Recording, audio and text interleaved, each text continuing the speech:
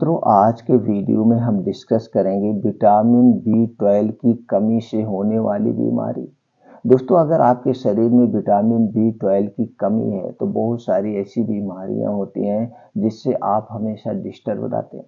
तो दोस्तों, vitamin B 12 की किस कमी को पूरा करने के उपाय भी जानेंगे, किन चीज़ों में विटामिन बी 12 ज़्यादा पाया जाता है वो भी जानेंगे। और दोस्तों, वीडियो में ये भी जानेंगे विटामिन बी 12 की कमी से कौन कौन सी खतरनाक बीमारियां होती हैं। तो चलिए दोस्तों, वीडियो को बिना स्किप किए हुए इस सारी जानकारी को प्राप्त करते हैं। दोस्तों, पहले हम जान लेते हैं विटामिन बी 12 की कमी के लक्षण क्या है। आपके शरीर में अगर ये लक्षण नजर आ रहे हैं तो दोस्तों आप जानिए आपके शरीर में विटामिन बी 12 की कमी है। सबसे पहला लक्षण जो होगा, आपको कमजोरी होगी, उठने बैठने चलने में प्रॉब्लम होगी, संतुलन का खोना। दोस्तों, आपका मानसिक संतुलन ऐसे कभी कभी बात बात में छिल्ला जाएंगे।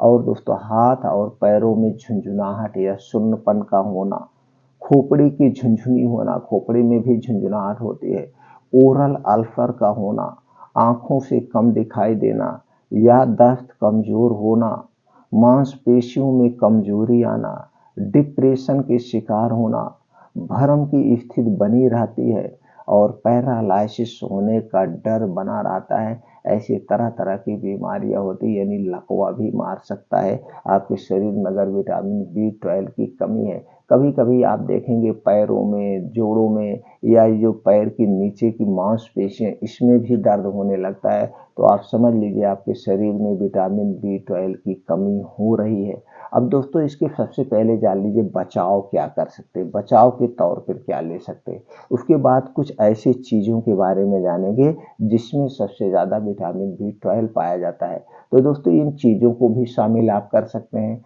या आप मार्केट से किसी डॉक्टर से सलाह लेकर के विटामिन बी 12 का कैप्सूल भी ले सकते हैं, लेकिन इसके लिए आपको किसी डॉक्टर से संपर्क करना पड़ेगा। तो दोस्तों, आयुर्वेद यही कहता है, तो सबसे पहले हमें नेचुरल तरीका अपनाना चाहिए। नेचुरल तरीके से हमारा शरीर अपने आप सारी कमी को पूरा कर लेता है। तो चलिए, नेचुरल तरीका क्या है वो पहले जान लेते हैं। सबसे पहले दोस्तों, आपको योगा प्राणायाम मेडिटेशन करना है। दोस्तों, जब आप योगा प्राणायाम मेडिटेशन करते हैं तो इससे आपके शरीर की एक्टिविटी बढ़ती है और हमारे शरीर की कार्य क्षमता बढ़ जाती है। हमारे शरीर में ऐसे ऐसे हार्मोन्स होते हैं जो अपनी बीमारी को खुद ठीक कर लेते हैं। इसके लिए आपको क्या करना है, रोज सुबह 5 बजे उठने का प्रयास करिए। 5 बजे उठने के बाद 2 से 3 गिलास गुनगुना पानी पीजिए। इससे आपके शरीर में तुरंत एनर्जी आ जाएगी।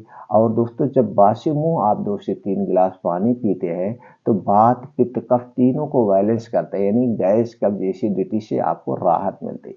अब आप डेली दिनचर्या से निवृत्त हो जाइए। अब आपको 5 बजे से 7 बजे 2 घंटे का समय आप अपने लिए निकालिए। इस 2 घंटे के समय में आपको करना क्या है, लेकिन इस समय आपके साथ मोबाइल फोन्स नहीं होंगे। दोस्तों, इस 2 घंटे के समय में क्या करना है, कम से कम 5 से 6 किलोमीटर का मॉर्निंग वॉक आप डेली करिए। और दोस्तों, मॉर्निंग वॉक कहाँ करना है, जहाँ मिट्टी हो, हरी घास हो, उसी पे नंगे पाँव मॉर्निंग वॉक करना है। नंगे पाँव मॉर्निंग वॉक करने के अलग ही बेनिफिट्स है। दोस्तों, मॉर्निंग वॉक आपका कंप्लीट हो जाए तो 2 योगा आपको करना है।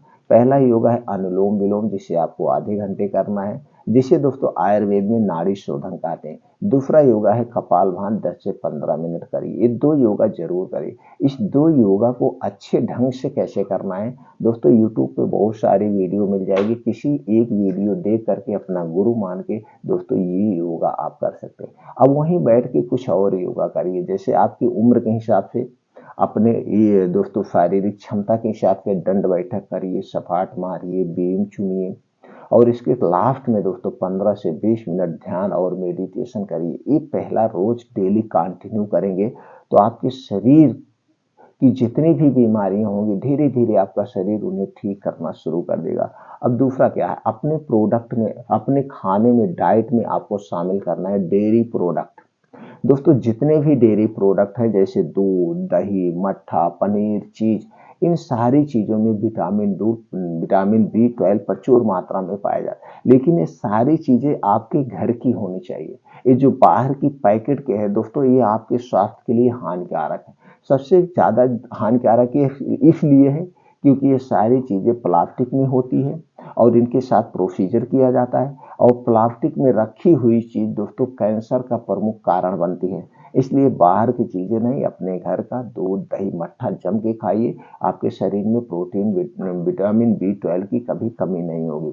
अगला है दोस्तों, कुछ ऐसे फल है जिसमें विटामिन B12 प्रचुर मात्रा में पाया जाता है। वो फल कौन सा है? सबसे पहले टोफू। टोफू को शामिल करिए कीवी, केला, संतरा, अंगूर, सेब, अनार, अमरूद। ये जो मौसमी फल हैं इनमें प्रचुर मात्रा में विटामिन B12 पाया जाता है। तो दोस्तों इन्हें अपने डेली रूटीन में 1 से 2 फल को शामिल करिए, वो भी मौसम के हिसाब से। जिस मौसम का, जिस सीजन के फल का सीजन हो वो फल, 2 फल आप डेली खाइए, लेकिन एक साथ नहीं खाइए। कभी कभी खट्टा और मीठा फल दोनों एक साथ नहीं खाना चाहिए। आप संतरा खाएं तो संतरा खाइए, आप सेब खा रहे हैं तो सेब ही लीजिए, केला ले रहे हैं तो केला ही लीजिए। मतलब एक बार में एक फल खाइए, दिन भर में 2 फल आप ले सकते हैं। तो दोस्तों इन फलों को मौसम के हिसाब से डेली रूटीन में आप शामिल करिए। अगला है सब्जी।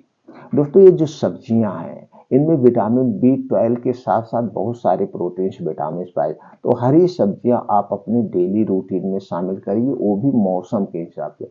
तो दोस्तों मौसम के हिसाब से, सीजन के हिसाब से जो भी सब्जी आती हो उन्हीं सब्जी को आप लीजिए।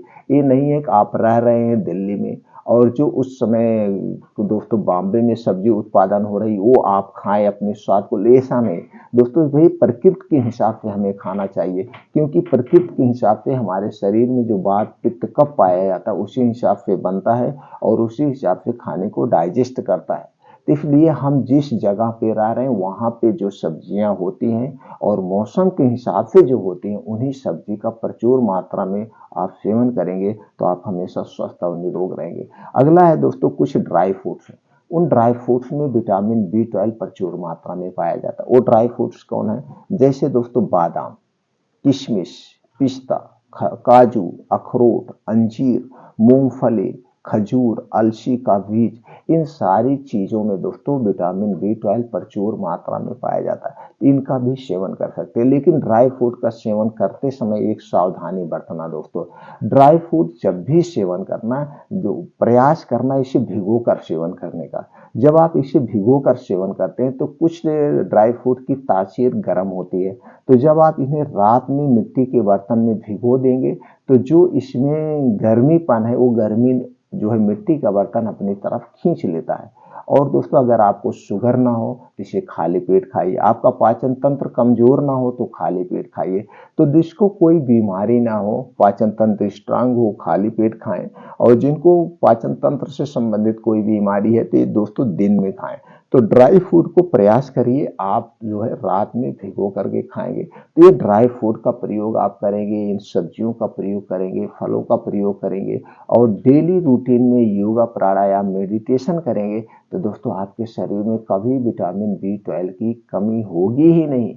और इसके साथ साथ आप हमेशा स्ट्रांग बने रहेंगे और दोस्तों ना तो कोई आपको बीमारी होगी। तो दोस्तों आयुर्वेद अपनाइए, स्वस्थ रहिए, निरोग रहिए। अगर आप आयुर्वेद अपना लेते हैं तो आप दोस्तों पूरी जिंदगी दवा मुक्त रह सकते हैं। तो आयुर्वेद की संपूर्ण जानकारी लेने के लिए, हमसे जुड़ने के लिए चैनल को सब्सक्राइब कर लीजिए। फिर मिलते हैं मित्रों अगले वीडियो में।